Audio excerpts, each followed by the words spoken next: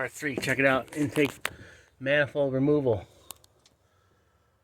So you got 10 bolts that hold it in here. Just 1, 2, 3, 4, 5 on each side. The hardest one to get to is on the passenger side rear.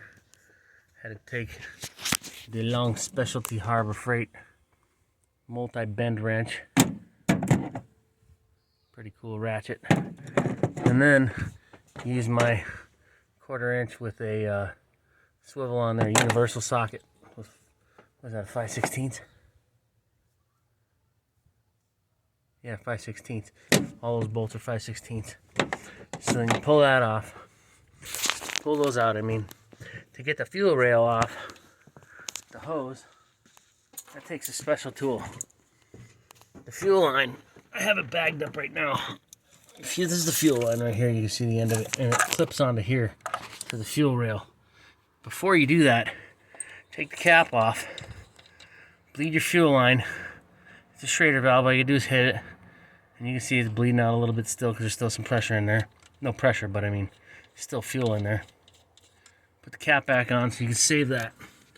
What it takes to get this fuel line off is a little handy dandy tool I got from Harbor Freight. Had for years. I've never ever had a use for it. It's specially designed for fuel lines, brake lines, certain stuff from Ford, and apparently now a Chevy. So you put it on here like this. It clamps on so it holds onto the sides of the pipe. Then you push it over and into this end of the hose that snaps onto the fuel rail, and it spreads out the little teeth inside. You can see them, even though there's plastic on here, but it spreads them out and then you push it off. It comes off real easily. That's the tool you need. That's about the only special tool I've ever bought that I've never had to fucking use till today. It's been in my toolbox for 10 years. And it'll be there for another 10. So now I'll show you just how easy it is.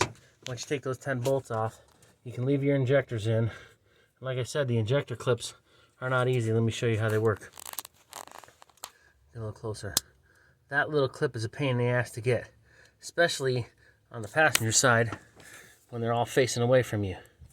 Because as you can see on the driver's side, the way they clip in there, oh no, I'm sorry, it's backwards that way.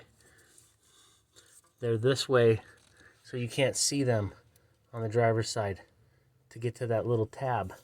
And what it is this little tab inside here. That one, the little white one. You got to push it in. Once you push it in, you can unlock this and push it up. I'll show you right quick, just so you can get the gist of what I'm talking about here. Let me get my pick. You guys are learning a lot today. So am I, but no. So you take your pick, this little handy dandy $75 snap-on pick, push it in here. While it's on there, it's a pain in the ass. It's actually easier because, sorry, it's hooked into the injector. So when you push in, you can push this clip up. It's so hard to do when it's not hooked up to an injector.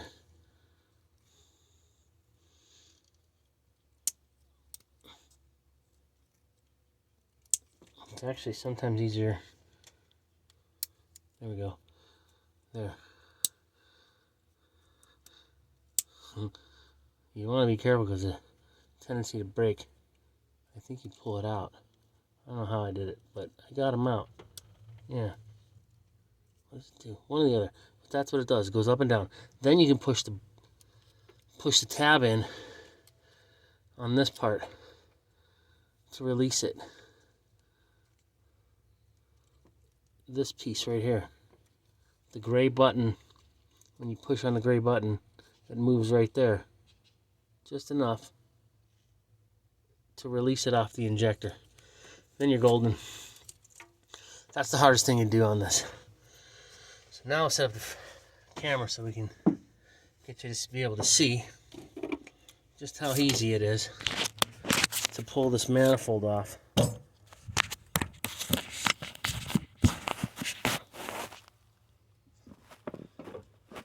Set the light over here and you can get a full view. And it's pretty simple. I just picked up on the front of it and the rubber seals come right off. Now you're getting access to the valley plate. I haven't gotten it out yet, but we're gonna try right now. There's still a hose on it. You can't get to it. It's a vacuum line. There's some fuel coming out. That's okay. We want to be careful of these gaskets so we don't have to replace them.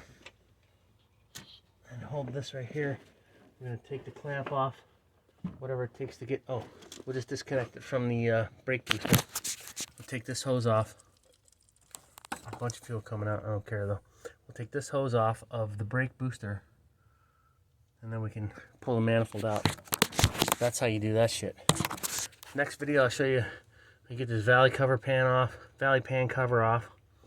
The pressure sensor, I'm going to disconnect that, and the other sensor for the solenoid pack that's underneath here. And we'll see you on the next one. Mate.